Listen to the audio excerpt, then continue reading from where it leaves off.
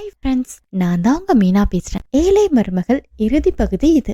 பகுதி 1, 2 பார்க்காதவங்க டிஸ்கிரிப்ஷன் பாக்ஸ்ல லிங்க் இருக்கு, மறக்காம கிளிக் பண்ணி பாருங்க. அதுக்கப்புறம் என்னுடைய ஸ்டோரி உங்களுக்கு பிடிச்சிருந்தா தனா டிவி தமிழ் ஸ்டோரிய சப்ஸ்கிரைப் பண்ண மறந்துடாதீங்க. மீனாக்கு எல்லா விஷயம் தெரிஞ்சும் கல்யாணத்தை நிறுத்த முடியல. அதனால என்ன பண்ணலான்னு யோசிச்சுக்கிட்டு இருந்தா. இன்னொரு பக்கம் கல்யாண வேலையும் பரபரப்பா போயிட்டு இருந்துச்சு. மீனா மீண்டும் சீதா கிட்ட போய், சீதா, நீ காதலிக்கிற பையன் நல்லவன் இல்ல, அவன் பணக்காரன்னு சொல்லி உன்னை ஏமாத்திட்டு இருக்கான், அவனை நம்பாத. உனக்கு என்னதான் பிரச்சனை? நான் சந்தோஷமா இருக்கவே கூடாதுன்னு நினைக்கிறியா? அவனை பத்தி எனக்கு நல்லாவே தெரியும். உன் வேலை என்னவோ அதை மட்டும் பாரு. இனி இந்த விஷயத்துல தலையிடாத அப்படின்னு திட்டிட்டு அங்கிருந்து போனா. இனி சீதா கிட்டயோ வீட்டுல இருக்கிறவங்க கிட்டயோ பேசினா சரி வராதுன்னு அந்த பையன் வீட்டுக்கே போலான்னு மீனா கிளம்பி போனா. அங்க போய் பார்த்தா அவன் பணக்காரன்னு சொன்ன அட்ரஸ் ஒன்னா இருக்கு, அவன் இருக்கிற வீட்டு அட்ரஸ் ஒன்னா இருக்கு. மீனா வீட்டுக்குள்ள போனதும் சுரேஷும் அவங்க அம்மாவும் திருன்னு முழிச்சாங்க.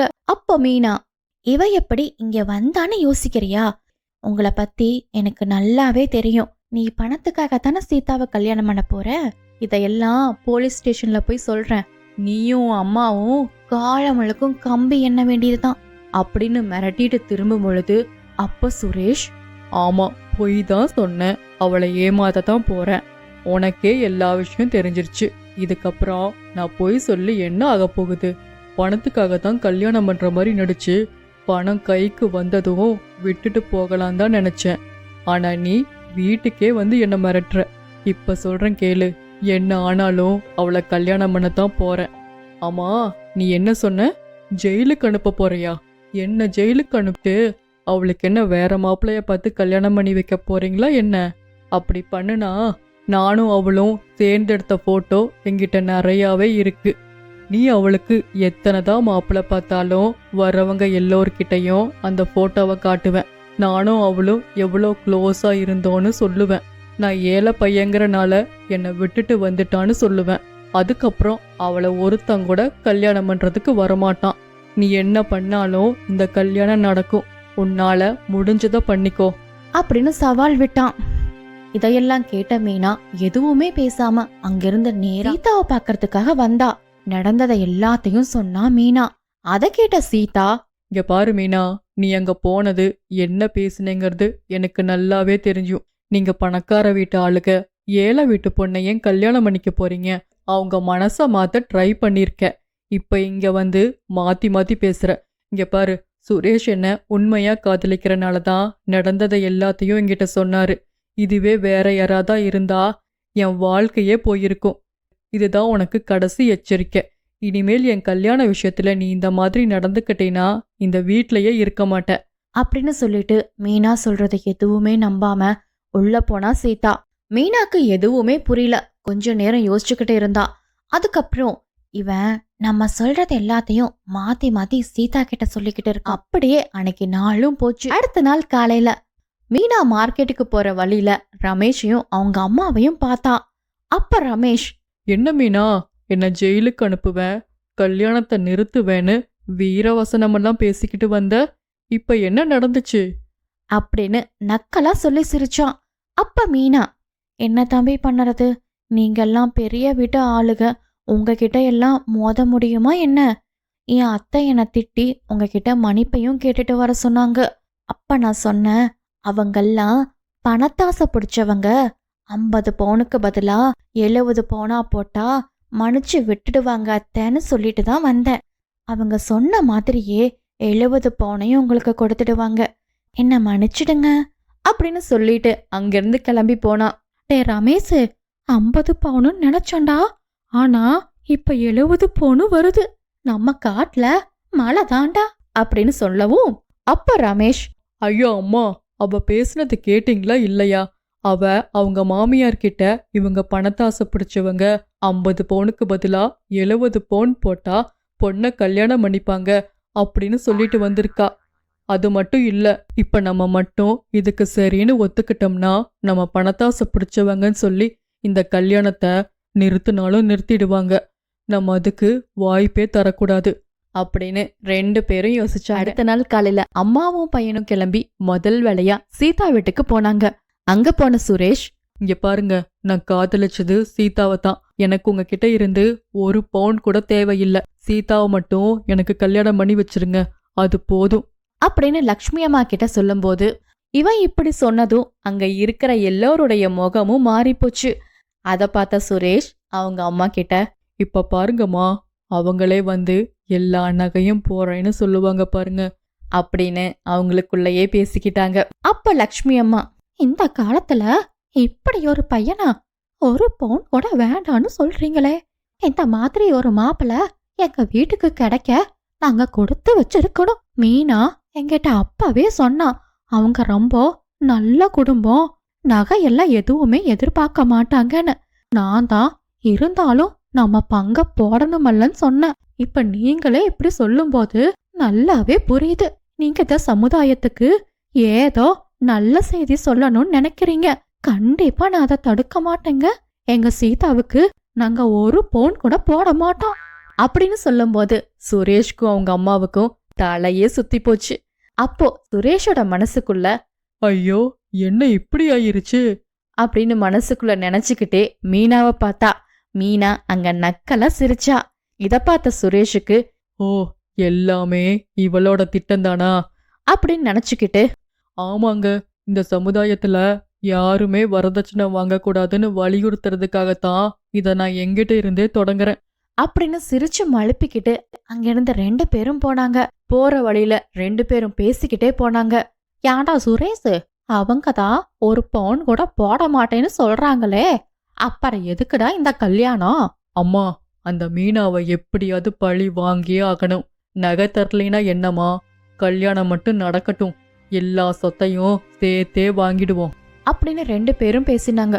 ஆமாண்டா, எப்படியாவது அவங்க சொத்தை எல்லாத்தையும் நம்ம பேர்ல மாத்தியே ஆகணும் அப்படின்னு திட்டம் போட்டுட்டு வீட்டுக்கும் போனாங்க. இந்த பக்கம் மீனா கல்யாணத்தை எப்படி நிறுத்துறதுன்னு யோசிச்சுக்கிட்டே இருந்தா. கல்யாண நாளும் வந்துச்சு. அப்போ கல்யாணத்துக்கு வந்த சில பேர், இங்க பாருடி, இந்த மாப்பிள்ள 1 பவுன் கூட வேண்டான்னு சொல்லிட்டாராம். இந்த மாதிரி பையன் நம்ம பொண்ணுக்கும் கிடைக்கணும்டி அப்படின்னு பேசிக்கிட்டு இருந்தாங்க. இத கேட்ட சுரேஷ் மனசுக்குள்ள, எல்லாமே கொஞ்ச நேரத்துக்கு தான், கல்யாணம் மட்டும் நடக்கட்டும், அப்ப என்ன நடக்குதுன்னு பாருங்க. அப்ப அங்க வந்த ஒரு பொண்ணும் அம்மாவும் இவங்க பேசுறதெல்லாம் கேட்டு, என்னது, இந்த மாதிரி ஒரு பையன் வேணுமா? இந்த மாதிரி ஒரு பையன் கிடைச்சா நாடே நாசமா போயிடும். இவன் என் பொண்ணு சின்ன பொண்ணுன்னு கூட பார்க்காம காதலிச்சு ஆசை வார்த்தையெல்லாம் காமிச்சு பணம் காசுக்காக எங்க எல்லாத்தையும் ஏமாத்திட்டு போயிட்டான். என்னமா சொல்றீங்க? இவங்க சொல்றதெல்லாம் பொய், யாரும் நம்பாதீங்க அப்படின்னு ரொம்ப பதட்டமா பேசினான். அப்போ அங்க வந்த சுரேஷோட மாமா, இவனை நம்பாதீங்கம்மா, முதல்ல இவன் ஏன் பொண்ணத்தான் கல்யாணம் பண்ணான், சொந்த தங்கச்சி பையன்னு கல்யாணம் பண்ணி வச்சேன். அதுக்கப்புறம் தான் இவனை பத்தி எல்லாமே தெரிஞ்சு என் பொண்ணு இவனை விட்டுட்டு வந்துட்டான். அதுக்கப்புறம் இவன் இப்படித்தான் எல்லா பொண்ணையும் ஏமாத்தி சுத்திக்கிட்டு இருக்கான். அதுக்கு நான் தாமா சாட்சி அப்படின்னு சொந்த மாமாவே அவனை பத்தி எல்லா விஷயத்தையும் சொன்னாங்க. இத கேட்ட லக்ஷ்மி அம்மா குடும்பத்துக்கு அப்பதான் புரிஞ்சுது, இவன் இவ்வளவு பெரிய ஃப்ராடா. ஏண்டா, உன்னை நம்பி என் பொண்ண கல்யாணம் பண்ணி தரணும்னு நினைச்சேனே அப்படின்னு சொல்லும்போது பக்கத்துல இருந்த அந்த பொண்ணோட அம்மா, ஏங்க, இதெல்லாம் கண்டுபிடிச்சது உங்க மருமக மீனா தான். உங்க மருமக மீனா எங்க வீட்டுக்கு வந்து உங்க பொண்ணு மாதிரியே இன்னொரு பொண்ண வாழ்க்கையும் கெடுக்க போறான்னு சொல்லி எங்களை கூட்டிட்டு வந்தாங்க. அவன் மீனாவையும் ரொம்ப மிரட்டியிருக்காங்க.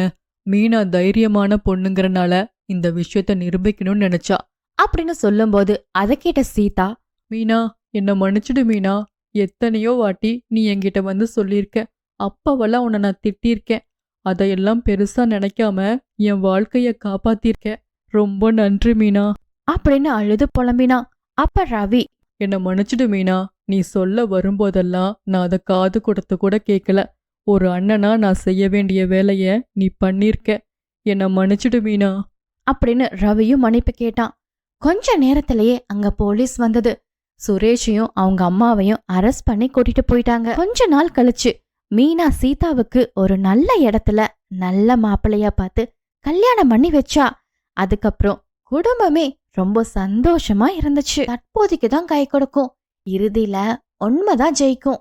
அன்னைக்கு தொடர்ந்து மழை வந்துகிட்டே இருந்தது. லக்ஷ்மி அம்மா, மழை வர ஆரம்பிச்சிருச்சு, என்ன ரவிய காணோமே அப்படின்னு வாசலையே பாத்துக்கிட்டு இருந்தாங்க லக்ஷ்மி அம்மா. மழையில நினைஞ்சுக்கிட்டு வீட்டுக்குள்ள வந்தா ரவி. அப்ப லக்ஷ்மி அம்மா, யாப்பா ரவி, மழைதான் இப்படி கொட்டி தீக்குதே, கொஞ்ச நேரம் நின்னுதான் வரலாம்ல. அம்மா, வேலையும் நிறைய இருக்கு, சாப்பிட்டுட்டு போயிடலாமேன்னு வந்தேன். அம்மாடி மீனா, ரவி வந்துட்டான் பாரு, சாப்பாட்டை எடுத்து வையுமா. ரவியும் ரொம்ப பசியோட சாப்பிட உட்கார்ந்தான். அப்ப பார்த்து பக்கத்து ஹோட்டல்ல இருந்து சிக்கன் 65 வாசனை மூக்க தொலைச்சது. அதுக்கப்புறம் மீனா பழைய கஞ்சிய கொண்டு வந்து ரவிக்கு முன்னாடி வச்சான். அத பார்த்த ரவிக்கு முகமே மாறி போச்சு.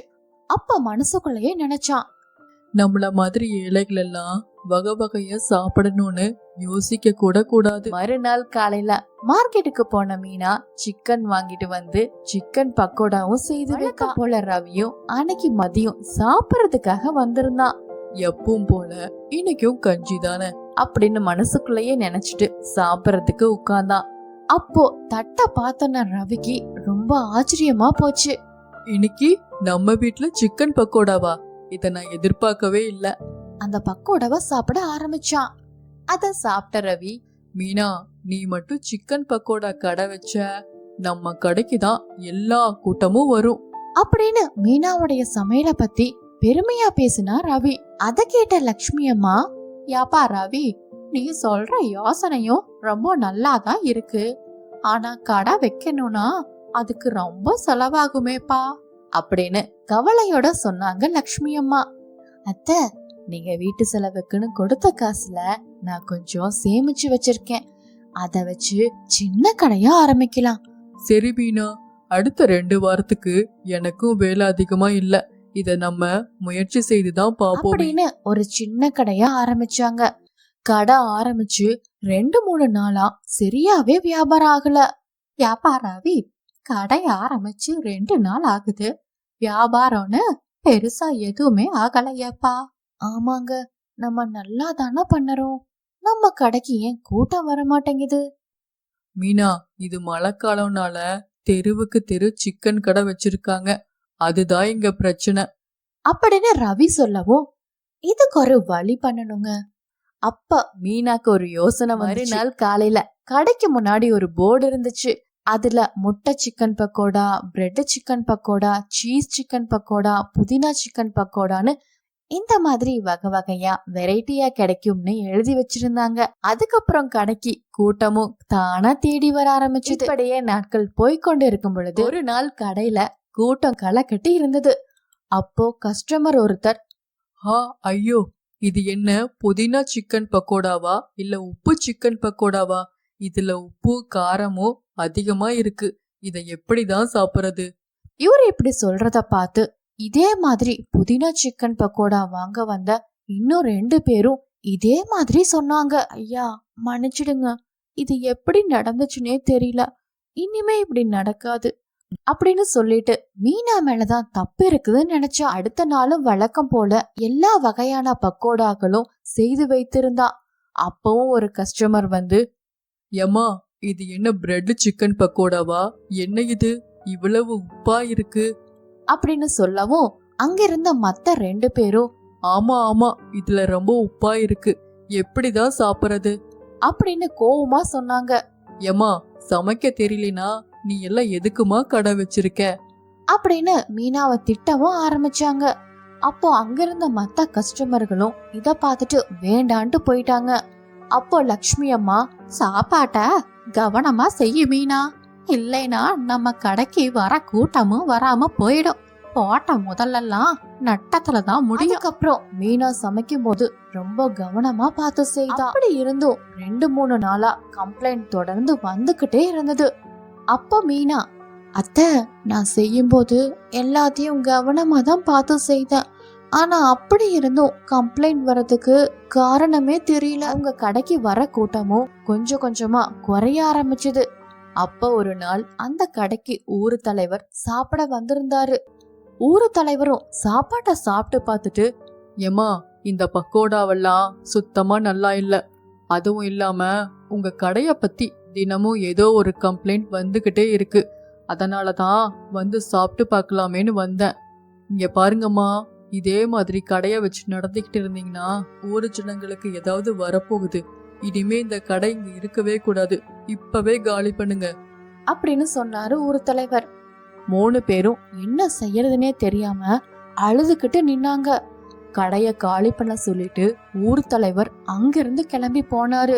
டேய், நம்ம நினைச்ச மாதிரி எல்லாமே நடந்துருச்சுடா. ஊரு தலைவரும் அவங்க கடைய காலி பண்ண சொல்லிட்டாங்க அப்படின்னு அவங்க சாப்பாட்டுல குறை சொன்னவங்க எல்லாம் சிரிச்சு நின்னு பேசிக்கிட்டு இருந்தாங்க. சபாஷ், ரொம்ப நல்லா இருக்குப்பா அப்படின்னு அவங்க பேசினதெல்லாம் கேட்டுட்டு வெளியே வந்தாரு ஊர் தலைவர். உடனே அந்த 4 பேரும் வேகமா திரும்பி பார்த்தாங்க. ஊர் தலைவர் கூட மீனா, ரவி, லக்ஷ்மி அம்மா இதையெல்லாம் பார்த்து அதிர்ச்சியானாங்க. அப்ப லக்ஷ்மி அம்மா, அட பாவி, நீயா இப்படி செஞ்ச? உனக்கு என் பையன் எவ்வளவு விசுவாசமா இருந்தான் அப்படின்னு கோவமா சொன்னாங்க லக்ஷ்மி அம்மா.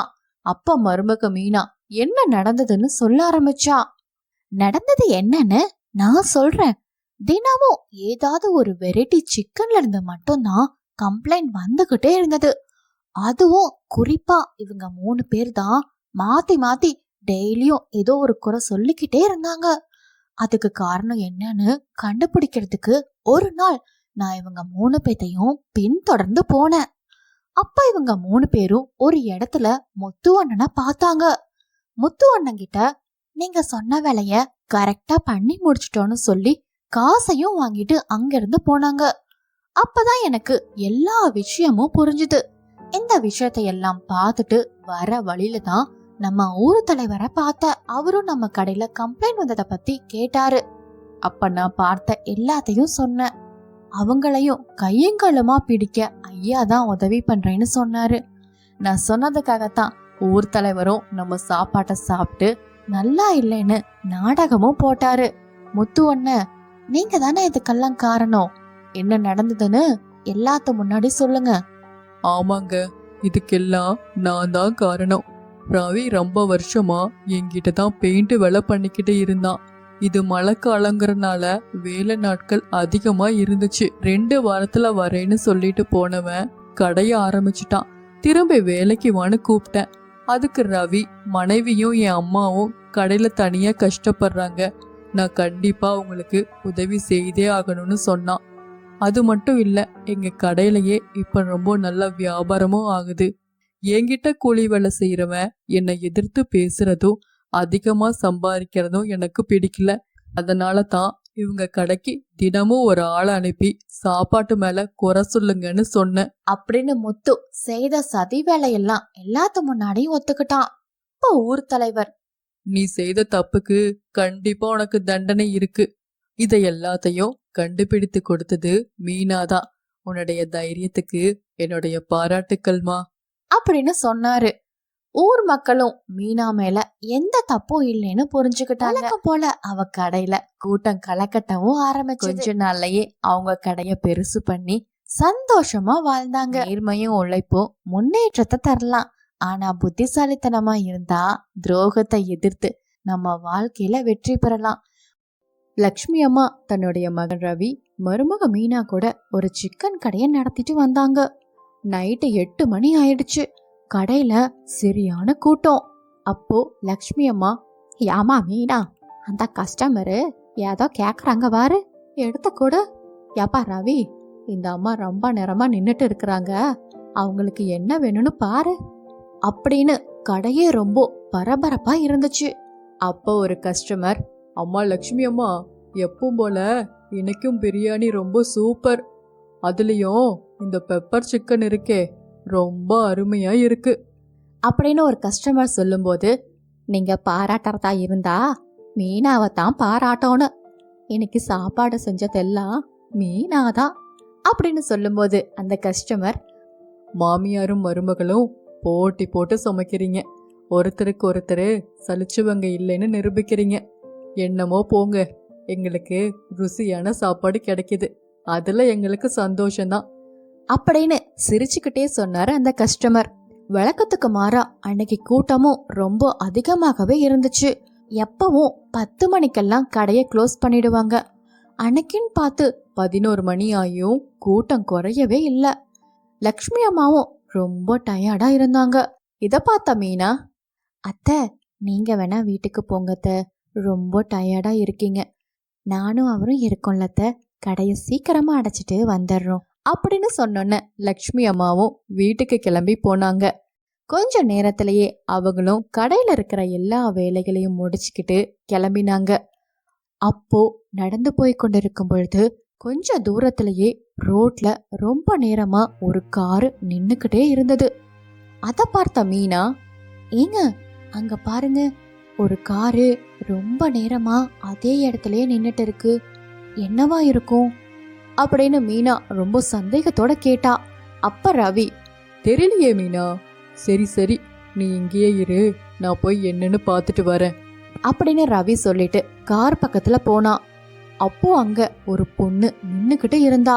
அப்ப ரவி, என்னாச்சுங்க, ஏதாவது உதவி வேணுமா அப்படின்னு கேட்கும் பொழுது, அப்போ அந்த பொண்ணு, நான் உன்னை உதவி செய்யின்னு சொல்லி கூப்பிட்டனா, அவன் வேலை என்னமோ பார்த்துட்டு போ அப்படின்னு அந்த பொண்ணு கோவமா பேசினா. ரவியும் எதுவுமே பேசாம அங்கிருந்து கிளம்பி வந்தான்.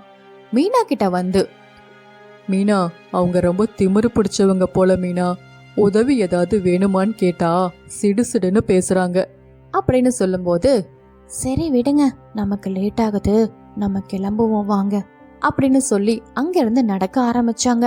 அப்போ அந்த பொண்ணு, இந்த டைம்ல யாரும் இங்க வரமாட்டாங்க போல, இவங்க கிட்டயே மெக்கானிக் ஷாப் எங்க இருக்குதுன்னு கேட்போம் அப்படின்னு யோசிச்சு ரவிய பார்த்து, ஹலோ மிஸ்டர், உங்களை தான், ஒரு நிமிஷம் நில்லுங்க அப்படின்னு அந்த பொண்ணு கூப்பிடும்போது ரவியும் மீனாவும் வேகமா திரும்பி பார்த்தாங்க. மீனா அந்த பொண்ணை பார்த்த உடனேயே ரொம்ப சந்தோஷத்துல ஓடி வந்தா. அந்த பொண்ணு கிட்ட வந்து, கவிதா உன்னை பார்த்து எவ்வளவு நாள் ஆச்சு அப்படின்னு ரொம்ப ஆர்வமா விசாரிச்சா. ஹோ, ஹலோ மீனா, நீதானா அப்படின்னு அவளும் விசாரிச்சா. என்ன கவிதா ஆளே மாறிட்ட, நம்ம ஊர்ல இருக்கும் பொழுது தாவணி சேலை தான் போட்டுக்கிட்டு இருப்ப, இப்ப பார்த்தா ஆளே அடையாளம் தெரியாம மாடர்ன் ட்ரெஸ் எல்லாம் போட்டிருக்க. நான் சிட்டில இருக்க மீனா, ஒரு நல்ல பணக்கார பையனா பார்த்து கல்யாணமும் பண்ணிக்கிட்டேன், நிறைய சொத்தும் இருக்கு, அதுக்கு தகுந்த மாதிரி தானே நானும் இருப்பேன் அப்படின்னு ஒரு மாதிரி ஸ்டைலிஷா பேசினான். மீனா அதையெல்லாம் கண்டுக்காம, சரி கவிதா, இந்த டைம்ல நீ என்னங்க பண்ணிட்டு இருக்க?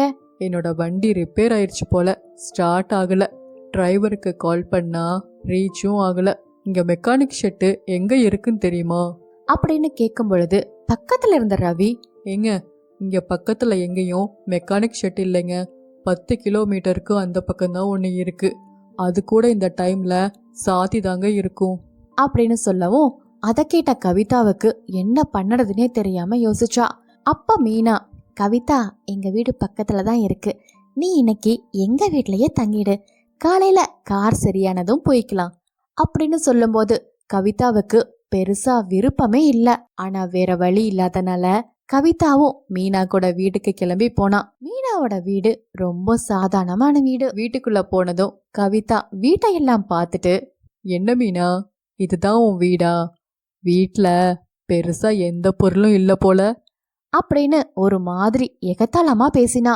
அவ அப்படி கேட்டதும் மீனா தயங்கிக்கிட்டே, கவிதா எங்க வீடு இப்படித்தான் இருக்கும் அப்படின்னு பேசிக்கிட்டு இருக்கும் பொழுது லக்ஷ்மி அம்மாவும் சண்முகமும் வீட்டுக்குள்ள வந்தாங்க. அப்போ மீனா, அத்தை இது கவிதா, என்னோட சின்ன வயசு தோழி, வர வழியில பார்த்தேன், அவளுடைய காரு ரிப்பேர் ஆயிடுச்சு, இந்த டைம்ல எங்கேயுமே போக முடியாதனால நான் நம்ம வீட்டுக்கு கூட்டிட்டு வந்துட்டேன். அப்படியாமா, சரி சரி, நல்ல வேலை பண்ணுன, வாமா கவிதா வந்து உட்காரு அப்படின்னு ஒரு கைத்து கட்டல்ல உட்கார சொன்னாங்க. அந்த கைத்து கட்டல பார்த்த கவிதா, என்ன மீனா, உங்க வீட்ல ஒரு சேர் கூடவா இல்ல, இதுல போய் என்ன உட்காருன்னு சொல்ற, நான் இதுல எல்லாம் உட்கார மாட்டேன் அப்படின்னு ஒரு மாதிரி பேசினா. அப்ப மீனா, கவிதா எங்க வீட்ல எல்லாமே இப்படி தாண்டி இருக்கும், கொஞ்சம் அட்ஜஸ்ட் பண்ணிக்கோடி அப்படின்னு பாவமா பேசினா. யாமா மீனா, வேணும்னா அவன் தோளுக்கு நம்ம வீட்டை சுத்தி காட்டுமா அப்படின்னு லக்ஷ்மி அம்மா சொல்லும்போது கவிதா மனசுக்குள்ளேயே, இந்த வீடு மொத்தமாவே ஒரு ஹால் சைஸ்ல தான் இருக்கு, இதுல சுத்தி பார்க்கறதுக்கு என்ன இருக்கு அப்படின்னு மனசுக்குள்ளேயே நினைச்சா. மீனாவும் அவங்க வீட்டையெல்லாம் சுத்தி காட்டிட்டு வீட்டுக்கு பின்னாடியும் போனாங்க. அப்ப மீனா, நாங்க இங்க தாண்டி நிறைய செடி எல்லாம் வச்சிருக்கோம் அப்படின்னு சொல்லிட்டு இருக்கும் பொழுது கவிதா, ஆமா மீனா, இந்த வீட்ல எப்படி இத்தனை பேர் இருக்கீங்க? ஒரு ஏசி இல்ல, ஃப்ரிட்ஜ் இல்ல, வாஷிங் மிஷின் இல்ல, எப்படித்தான் இருக்கீங்களோ? ஸ்கூல் படிக்கும்போது நீயும் நானும் நல்லா தான் படிப்போம். சொல்லப்போனா நீ என்னை விட நல்லாவே படிப்ப. நான் கூட நீ காலேஜ் எல்லாம் முடிச்சு நல்ல வேலையில இருப்ப, பெரிய பணக்காரனா பார்த்து கல்யாணம் பண்ணியிருப்பேன்னு நினைச்சேன். ஆனா நீ என்னடான்னு பார்த்தா இப்படி ஒரு வீட்ல இருக்க. என் வீடெல்லாம் பங்களா மாதிரி இருக்கும். என் வீட்ல இருக்கிற ஹால் சைஸ் கூட உன்னோட வீடு இல்ல அப்படின்னு மட்டம் தட்டி பேசினா கவிதா. அதையெல்லாம் கேட்ட மீனாவுக்கு ரொம்ப கஷ்டமாகவும் இருந்துச்சு. என்னுடைய கணவர் ஏழையா இருந்தாலும் என்ன ரொம்ப நல்லா பாத்துக்கிறாருடி. அதுதான் உன்னை பார்த்தாலே தெரியுதே. கழுத்துல கையில கால்ல எல்லாமே கவரிங் தான். இத பார்த்ததுக்கு அப்புறமும் நீ நல்லா இருக்கேன்னு வேற சொல்ற அப்படின்னு 2 பேரும் பேசிக்கொண்டு இருக்கும் பொழுது லட்சுமி அம்மா கூப்பிட்டாங்க. யாமா மீனா, உன்னோட தோழிய கூப்பிட்டுட்டு சாப்பிடறதுக்கு வாமா. கவிதாவுக்கும் அவங்க வீட்டுல சாப்பிடறதுக்கு பெருசா விருப்பமே இல்ல. ரொம்ப பசியா இருந்தனால வேற வழியே இல்லாம சாப்பிடறதுக்கும் வந்தா. அப்ப கவிதா, இன்னைக்கு என்ன சாப்பாடு? சிக்கன் பிரியாணி தாமா, நம்ம கடையில செஞ்சதுதான், சாப்பிட்டு பாரு. எனக்கு ஃபாஸ்ட் ஃபுட் எல்லாம் ஹைஜீனிக்கா இருந்தா மட்டும்தான் சாப்பிடுவேன். ஏமா, நாங்க கடையில ரொம்ப சுத்தமா தான் செய்வோம். நீ சாப்பிட்டு பார்த்துட்டு சொல்லுமா. கவிதாவும் வேண்டா வெறுப்பா சாப்பிட்டா. சாப்பிட்டு பார்த்ததுக்கு அப்புறம், இது நான் நினைச்சதை விட ரொம்ப நல்லாவே தான் இருக்கு. இது என் மருமக மீனா செய்தது அப்படின்னு சொன்னாங்க. ஆமா மீனா, நம்ம ஸ்கூல் படிக்கும் போதெல்லாம் உனக்கு சமைக்கவே தெரியாது. இப்ப எப்படி இவ்வளவு நல்லா சமைக்க கத்துக்கிட்ட? கவிதா, எங்க அத்தை சின்ன வயசுல இருந்தே சாப்பாட்டு கடை போட்டிருந்தாங்க. அவங்களுடைய கைப்பக்குவம் ரொம்ப நல்லா இருக்கும். அப்ப இருந்தே நான் அவங்க கிட்ட கத்துக்க ஆரம்பிச்சேன். இப்போ நல்லா சமைக்கவும் ஆரம்பிச்சிட்டேன். இந்த ஊர்ல லக்ஷ்மி அம்மா கடைன்னு சொன்னா தெரியாதவங்க யாருமே இருக்க மாட்டாங்க அப்படின்னு மீனா சொல்லும்போது லக்ஷ்மி அம்மாவும், நீயே சொல்றது சரிதான். ஒரு காலத்துல லக்ஷ்மி கடைய தெரியாதவங்க யாருமே இருக்க மாட்டாங்க தான். ஆனா இப்போ மீனாவுடைய கைப்பக்குவத்தை தெரியாதவங்க இந்த ஊர்லயே இருக்க மாட்டாங்க அப்படின்னு மாத்தி மாத்தி 2 பேரும் ஒருத்தருக்கு ஒருத்தர் விட்டு கொடுக்காம பெருமையா பேசிக்கிட்டாங்க. பேசிக்கிட்டும் சாப்பிட்டு முடிச்சாங்க. அப்ப மீனா, சரி கவிதா, நீ இங்கேயே இரு, நான் போய் பாத்திரத்தை எல்லாம் கழுவி வச்சுட்டு வரேன் அப்படின்னு மீனா சொல்லும்போது ரவி, மீனா, நீ உன் ஃப்ரெண்டு கிட்ட பேசிக்கிட்டே இரு. நான் போய் எல்லா பாத்திரத்தையும் கழுவி வச்சிடுறேன் அப்படின்னு ரவியும் சொன்னான். அதை பார்த்த கவிதாவுக்கு ரொம்ப ஆச்சரியமா போச்சு. என்னடி, உன் ஹஸ்பண்ட் இந்த வேலையெல்லாம் செய்வாரா என்ன? அவரு இந்த வேலை மட்டும் இல்லடி, எனக்காக எந்த வேலையுமே செய்வாரு. இப்படி பேசிக்கிட்டு இருக்கும் பொழுது அந்த நேரத்துல வீட்டுக்கு முன்னாடி ஒரு பெரிய கார் வந்து நின்னுச்சு. அந்த கார்ல இருந்து ஒருத்தர் இறங்கியும் வந்தாரு. அவரு வேற யாரும் இல்ல, கவிதாவுடைய ஹஸ்பண்ட் தான். வேக வேகமா வீட்டுக்குள்ள வந்தாரு. கவிதா, வெளியே போனா உனக்கு வீட்டுக்கு வர தெரியாதா என்ன? ஒரு நாள் தான் டிரைவர் இல்லாம வெளியே வந்த, அதுக்குள்ள காரை ரிப்பேர் பண்ணி வச்சிருக்க அப்படின்னு திட்டுனாரு. அப்ப கவிதா, ஏங்க, அது நான் பண்ணலைங்க, தானாவே ரிப்பேர் ஆயிடுச்சு. முதல்ல இது என்ன இடம்? இந்த மாதிரி ஒரு இடத்துல தங்க போறேன்னு என்கிட்ட சொன்னியா? அப்படின்னு திட்டினாரு. ஏங்க, நான் என் ஃப்ரெண்டு வீட்டில் தான் தங்க போறேன்னு கால் பண்ணி சொல்லிட்டு தானே வந்தேன். உன் ஃப்ரெண்டு வீட்டுக்கு வரேன்னு சொன்னேன். ஆனா இந்த மாதிரி ஒரு குடிசை வீட்டில் தங்குறேன்னு சொன்னையா என்ன? நீ இந்த மாதிரி இடத்துல இருக்கேன்னு யாருக்காவது தெரிஞ்சா என் ஸ்டேட்டஸ் என்ன ஆகுறது? அது மட்டும் இல்லாம காஸ்ட்லியான காரை ரோட்ல தனியா விட்டுட்டு வந்திருக்க. கையில பணமும் நிறைய வச்சிருக்க. இதெல்லாம் திருட்டு போனா யாரு திருப்பி தருவா? நீ திருப்பி தருவியா என்ன? ரொம்ப கோவமா திட்டிட்டு கவிதாவையும் கூடவே கூட்டிட்டு போயிட்டாரு. கவிதா அழுதுகிட்டே வீட்டுக்கு போனா. மீனாவுக்கு இதையெல்லாம் பார்த்து ரொம்ப கஷ்டமா போச்சு. அடுத்த நாள் காலையில கவிதா மீனாவை ஒரு பார்க்ல சந்திச்சா. அப்ப கவிதா, என்னை மன்னிச்சிடு மீனா, என்கிட்ட பணம் அதிகமா இருக்கிற திமிரில உன்னை மட்டம் தட்டி பேசிட்ட. பரவாயில்ல கவிதா, விடு, அதையெல்லாம் நான் பெருசாவே எடுத்துக்கல. மீனா, நீ வெறும் வாய் வார்த்தையில் அப்படி சொன்னாலும் நான் பேசினதெல்லாம் உனக்கு கஷ்டமா இருந்துச்சுன்னு எனக்கு நல்லாவே தெரியும். காசு இருந்தா போதும் சந்தோஷமா இருக்கலான்னு நினைச்சேன். ஆனா என் ஹஸ்பண்டும் என் மாமியாரும் என்னை மதிக்கவே மாட்டாங்க. நான் சாப்பிட்டியா இல்லையான்னு கூட கவனிக்க கூட மாட்டாங்க. அவங்களுக்கு சொத்து பணம் தான் பெருசு. ஆனா உங்க வீட்ல காசு பணம் பெருசா இல்லைனாலும் உன்னை அன்பா பாத்துக்கிற குடும்பம் கிடைச்சிருக்கு. இந்த மாதிரி ஒரு குடும்பம் இருந்தாலே போதும் மீனா. காசு பணமெல்லாம் பெருசே இல்லை. அப்படின்னு அவ தப்ப புரிஞ்சுக்கிட்டு மீனா கிட்ட மன்னிப்பையும் கேட்டா. ஒரு மனுஷனுக்கு வாழ்க்கையில பணத்தை விட நல்ல குணம்தான் முக்கியம்.